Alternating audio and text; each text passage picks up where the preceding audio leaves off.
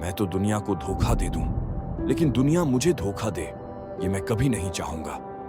रिश्तेदारी, दोस्ती, मोहब्बत, ये सब तो बस जिंदगी की सजावट जैसी चीजें हैं। एक आदमी की बड़ी महत्वाकांक्षा के सामने इनकी क्या औकात। हायर अप्स जितनी भी वैल्यूज और मॉरल्स की बातें करते हैं, वो सब भी बस उनकी हुकूमत बनाए रखने के औजार हैं।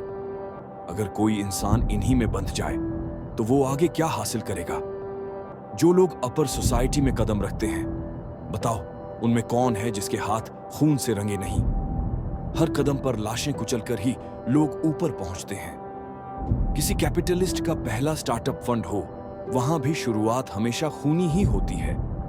किसी भी पॉलिटिशियन के हाथ साफ नहीं होते, और जिनको समाज फिलैंथ्रोपिस्ट कहकर सराहता है, वो भी अपनी छवि बनाने के लिए पैसा फेंकते हैं। फर्क बस इतना है कि जो सफल होते हैं वो अपनी पिछली करतूतें छुपाने में होशियार होते हैं, और जो लोग उन सक्सेसर्स की कहानियों पर यकीन कर लेते हैं वो वाकई में बड़े मूर्ख होते हैं। ऐसे बेवकूफ हर जगह भरे पड़े हैं, इमोशंस और मॉरल्स में जकड़े हुए। इन्हें तो सच में इन नियमों द्वारा बेवकूफ बनना ही चाहिए। और इससे भी दुख की बात यह है कि जब ये देखते हैं कि कोई और इनके जैसे बंधा हुआ नहीं है, तो ये उछलकर सामने आ जाते हैं और उसी इंसान को मॉरल सिखाने लग जाते हैं, जैसे कि दूसरों के पास उनसे ज्यादा आजादी होना गुनाह हो। इस पूरे झमेले में ये लोग अपनी इस मजाकिया नैतिक श्रेष्ठता को सच समझकर खुश भी होते हैं। ये सारे लोग जिनके शरीर में कितनी ही ताकत भरी थी, जिनमें से कुछ की कल्टीवेशन मुझसे भी ज्यादा थी, लेकिन फायदा किस बात का? ये तो बस प्यादे थे, बंधे हुए कुत्तों की तरह। किसी इंसान की सफलता को रोकने वाला असली कारण उसकी प्रतिभा नहीं, बल्कि उसका माइंडसेट होता है।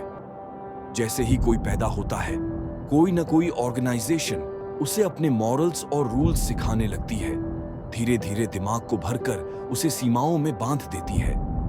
जो लोग इंसानियत की सीमाओं से ऊपर उठकर कुछ महान करना चाहते हैं, उन्हें सबसे पहले अपने माइंडसेट की इन बेड़ियों को तोड़ना पड़ता है।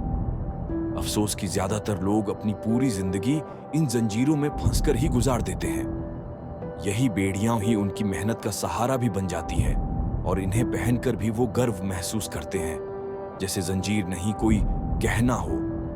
इंसान की उम्र ही कितनी है? 100 साल। और ये 100 साल भी सपने की तरह बीत जाते हैं।